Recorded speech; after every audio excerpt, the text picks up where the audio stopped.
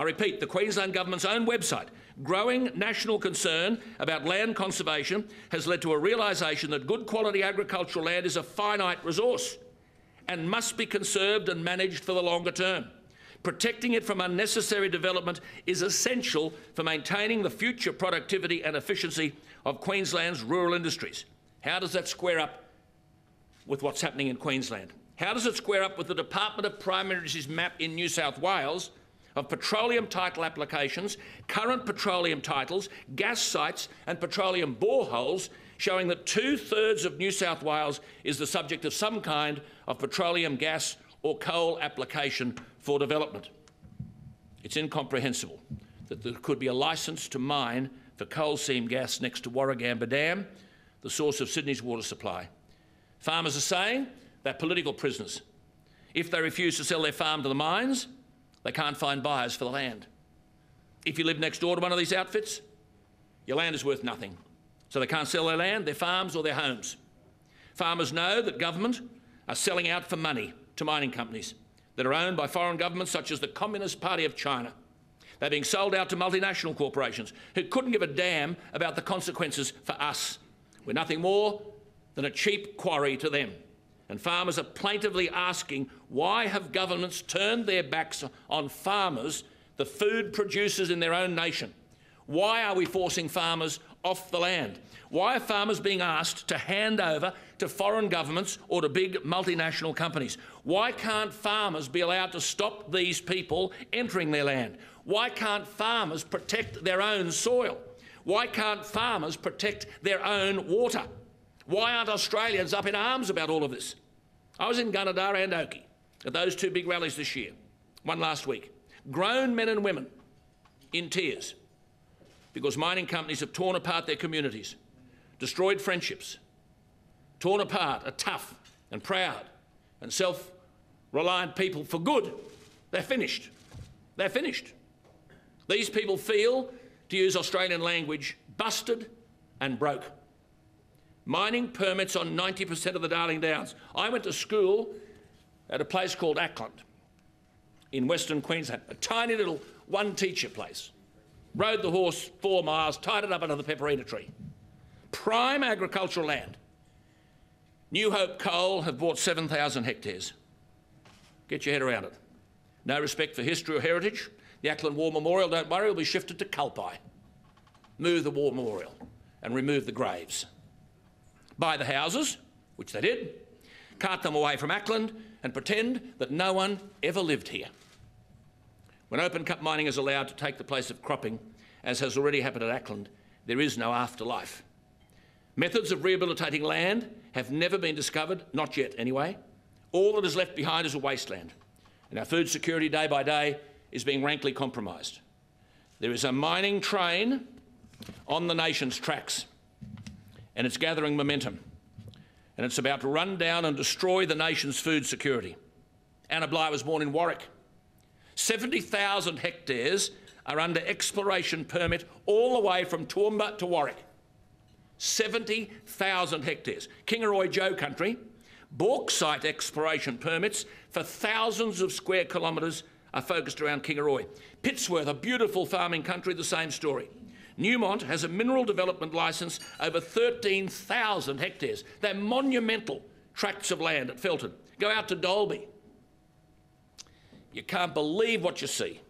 A veritable pincushion of coal seam gas projects. And at night time, lights as far as you can see. It's like Las Vegas. It's the home of Arrow Energy, where a couple of months ago a gas well exploded near Dalby and police and regulators had to close off the scene for safety reasons.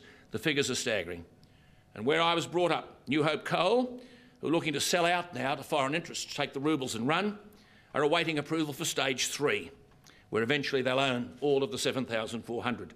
Hodgson Vale's not far from Toowoomba, R.M. Williams country.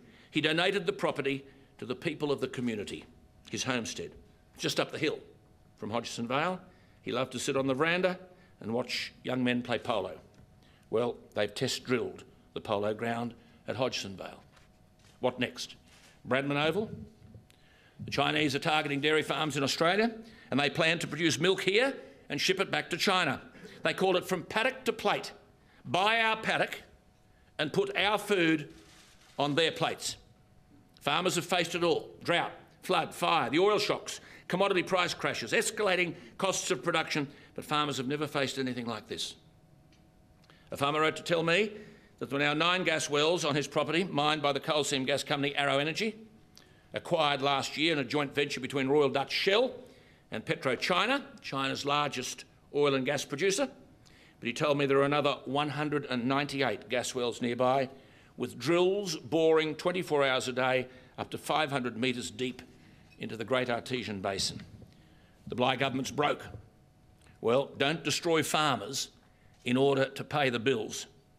Under pressure, Anna Bligh's introduced a strategic cropping land policy, which I must say hasn't passed through the parliament, but the conditions are so complex and varied and demanding. For example, you have to jump through hoops like the chemistry of the soil quality if you want it to be a strategic cropping land classification. The slope of the land, how many stones on the land, how do farmers deal with this? And a piece of land has to fulfil every single criteria to qualify as strategic cropping land. But it's not law. The Government of Queensland is hanging on for as long as they can so that the mining companies to whom they have made promises can get all the mining exploration started that they want. There's been an explosion of mining exploration permits granted in Queensland in recent months. Now the government has released maps in Queensland showing areas of strategic cropping land. The total area comprised 4.1% of Queensland, made up of 2.2% of currently cropped land and 1.9% suitable for cropping. The obvious thing would be to say to the mining outfit, we'll leave the 4.1% alone. That's prime agricultural land. But the Queensland Resources Council and the mining industry have put the weights on the Bligh government. So that area of land has been cut back. The final area of strategic cropping land could be as little as 1.5% of Queensland. The mining industry never tires of telling us, what do you want about? What do you want about? The area of land the mining industry takes up is not very big.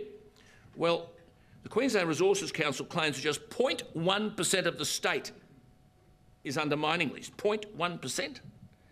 Well, even if we accept that argument, which I don't, excluding islands, Queensland's 1.7 million square kilometres.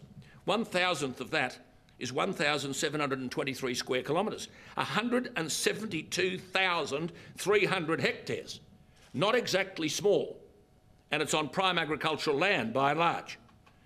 And when the land has an existing use and an income stream that could continue indefinitely, namely agriculture. But, I mean, we don't have any maps of any of this. You people may well be living in an area which is subject to a licence you can't find out. We don't have any audit in this country of prime agricultural land. We don't have any audit of the extent of mining invasion. What is the area of land that's being mined on? What is its status? Is it wasteland? Is it rehabilitated land? Where is it? What areas are being explored with a view to being mined in the future? What areas are being explored for more than one resource? Coal, gas, bauxite? You can't find out. What's the cumulative footprint of the mining industry? What is the estimate of the externalities that will flow? Do we know, for example, what this is going to do in relation to dust and noise and congestion and water pollution? None of this is available. None. You don't know any of it. We're meant to take government and the mining industry on trust. Of course, the government says it will protect strategic cropping land from permanent alienation, but it doesn't define coal seam gas extraction as permanent alienation. I repeat, there are likely to be about 30 open-cut mines on the Darling Downs over the next 10 to 12 years, and strategic cropping land will not stop more than one of them. The Premier of Queensland makes much of saying that these are only exploration permits.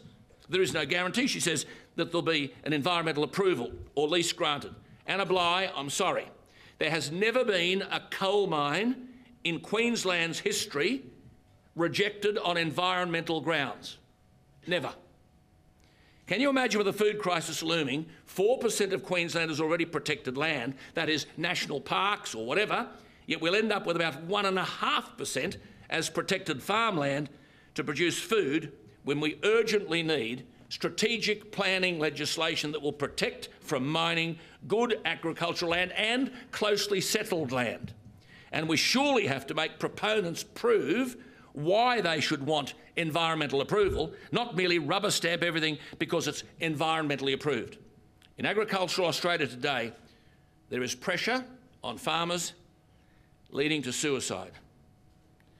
No one wants to be, and they just simply say, I'm going down the back to fix the fence. And they don't come back, they can't handle it. No one wants to be left as the last man holding out. Mining companies prey on that. No one wants to be stuck living right next door to a coal mine. The exception to that, oddly enough, is the little place of Ackland, where I was brought up. One man has become an army of one. His name is Glenn Butel. He held out in Ackland against New Hope Coal, where 60 to 100 families have left the community, and stage 3 of the mining development will require the purchase of another 374. But you see, once Glenn goes, no one wants to be living next to a coal mine.